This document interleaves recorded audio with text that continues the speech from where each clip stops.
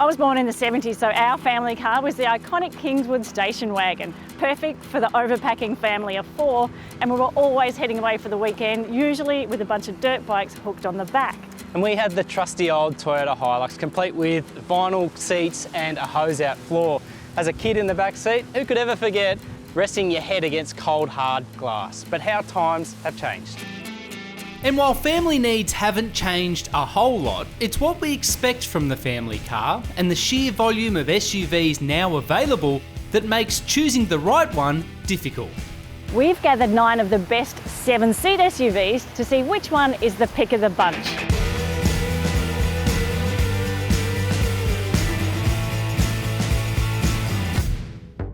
Selected for their quality and reliability in past tests, and with a price cap of $70,000, our 7-seat family SUV contenders include the Holden Arcadia, Hyundai Santa Fe, Kia Sorento, Mazda CX-8 and CX-9, Nissan Pathfinder, Skoda Kodiaq, Toyota Kluger, and Volkswagen Tiguan Allspace.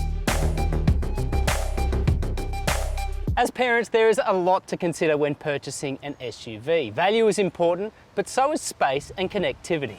And let's not forget getting kids in and out of the car, and car seats and prams. And then there's driving on busy roads. These family haulers really have a lot of boxes to tick. Nadine is definitely on the money, and in choosing the best family SUV for 2020, we'll start by looking at which of our 7-seaters makes the best use of its cabin space. It might seem logical to buy the biggest SUV on the market and go from there, but the sensible use of space means some smaller SUVs are now just as practical as their larger rivals. I've got kids, Maddie, so I can add some value there, but where dogs are concerned, I'm lost. Yeah, look, one of the things we're noticing when we fold down the seats in these SUVs is that some of them have a particularly large gap between the second and third row of seats.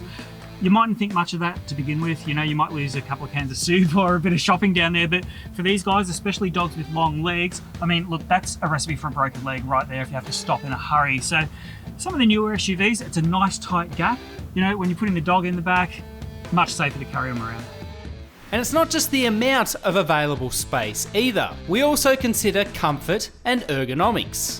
After a lot of measuring and plenty of time in the seat, the larger SUVs proved their worth. In a 3-way tie, the Mazda CX-9, Nissan Pathfinder and Toyota Kluger topped the ladder in this section of the test. Child safety and accommodation are quite possibly the most important concern for family SUV buyers. Kids change everything about the new car buying decision, including your approach to car buying, which is why we've enlisted the help of industry specialist Tace Clifford from babydrive.com.au to assess this crucial piece of the puzzle. Tace doing every parent's favourite job and a pretty good job of it too, actually, installing the child seat. If you are a parent, you're looking to buy an SUV to suit the needs of your kids, what sort of things should you look for? There's a few things to look for. Probably the most important would be how many children you've got, you're planning to have, and whether the SUV can actually fit that number of child seats. And then another really important one, and the Pathfinder does it well, is whether you can access that third row of seats with a child seat installed, so then you're not having to uninstall a child seat, 10 times a day. Now, Tace, you've uncovered something with the Santa Fe that you're not likely to see out in the showroom. What's that? Yeah, sure. So when you put this stroller on, this is a double, you actually can't fit it in the boot laying down like that. You have to stand it up, and as you can see, that's already starting to topple out. So some of the larger SUVs, you can actually fit that lane. Tace checked and double-checked every part of our SUVs for their child friendliness, with a little help from my pair. It took a while, but in the end, she picked the Mazda CX-9 as the easiest and roomiest family SUV to carry a mix of occupants, most notably kids. Cost of ownership is often overlooked. Ignore it and you will kick yourself for years to come. We're using data from our partners at redbook.com.au to look at not only the best purchase price of each SUV on test, but the ongoing costs related to servicing, insurance and depreciation. Redbook has factored into account every conceivable operating cost associated with family SUV ownership. So that's things like servicing, tyres, fuel. insurance, and even finance and depreciation. Redbook takes into account all of that stuff to establish which of these vehicles represents the best long-term value. The calculations showed the Skoda Kodiaq offered the best value for money in the long term, making its retail price of $52,490 stretch further than any other SUV on test. Connectivity and infotainment is more important than any of us care to admit. It not only keeps us productive and connected behind the wheel, but done well, it also keeps us safe. And there's just so much to consider. Bluetooth connectivity, satellite navigation, driver assistance and parking technologies. The modern SUV is a treasure trove of helpful gadgets. Ellie, tell me, what do we need in the family SUV where tech and infotainment are concerned? We need to look for things that make life easy, especially when we've got like kids and dogs and just Yes. heaps of distractions. Yeah. Things like blind spot monitoring, adaptive cruise control, lane assist, they all really helpful. The Santa Fe certainly stands apart from the others where tech is concerned. Yeah, definitely. So it's got side exit assist to stop kids in the back opening the doors onto cyclists or other oncoming cars. It's also got rear occupant alert, so these sensors will pick up kids or dogs that you've locked in the car. If they start moving, the alarm will go off and let you know. After a lot of button pushing and hours behind the wheel, it was by a narrow margin that the Volkswagen Tiguan Allspace took first place in the connectivity and infotainment section of our test. Whether we shop with our head or our heart, there's no denying that style plays an important part in the selection of a new 7-seat family SUV. It's a very personal and subjective piece of the purchasing puzzle, but one that our judging team feel should be analysed in the way any family buyer would. Maddie, this really is the good, the bad and the ugly part of SUV testing, isn't it? Yeah, look, it sure is, and it's pretty difficult. I mean, we've all got different tastes in SUVs, but at the end of the day, you want a car that looks good and will continue to look fresh for a long time. And speaking of lasting a long time, so you're also looking at the quality of fit and finish and materials? Yeah, that's right, Nadine. Look, an SUV shouldn't just be good. It should look good. It should have good quality paint, good quality materials. You know, you don't want it to scuff up too easily. I mean, family cars really take a pounding. They get used in, every way, every day. The seats are folded, kids are jumping in and out, doors being open and shut. You need a car that's going to last. I can vouch for that. Considering appearance, styling and quality factors, it was decided the Skoda Kodiaq was the best presented SUV on test.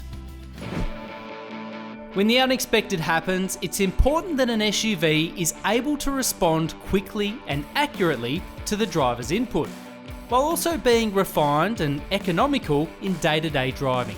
Not every car needs to be race car sharp, but braking and chassis performance and steering and driver assistance are as important as every other criteria we're evaluating. So we've got 3 V6 on test. This Holden Acadia, which is our most powerful.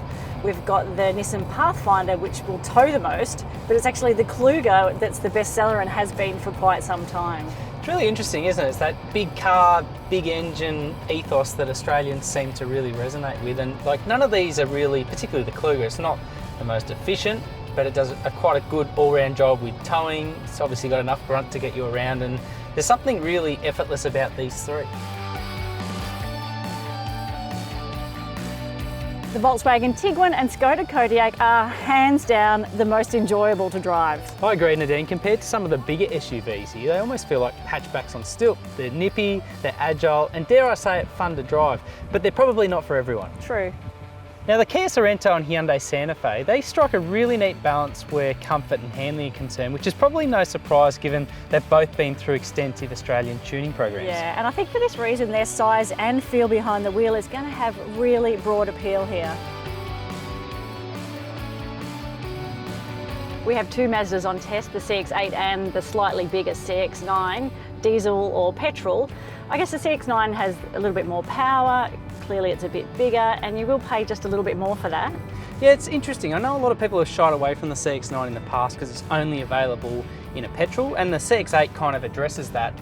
But for me, I think both these drivetrains you shouldn't shy away from them whatsoever because they're both really efficient, they've both got plenty of low down torque, and they're both relatively fun to drive. That's what I found with all the new modern Mazdas, that they tend to shrink wrap around the driver. They're giving a lot of choice to the buyer, aren't they? Yeah, they are. Yeah. Fuel economy sees our smaller capacity Mazda CX-8 our most frugal, and the heavy Pathfinder the thirsty choice.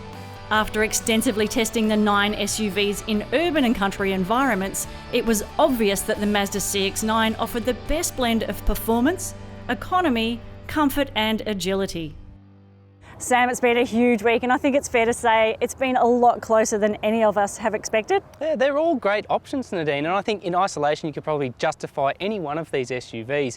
But against the score sheet, there's one 7-seater that stands taller than the rest.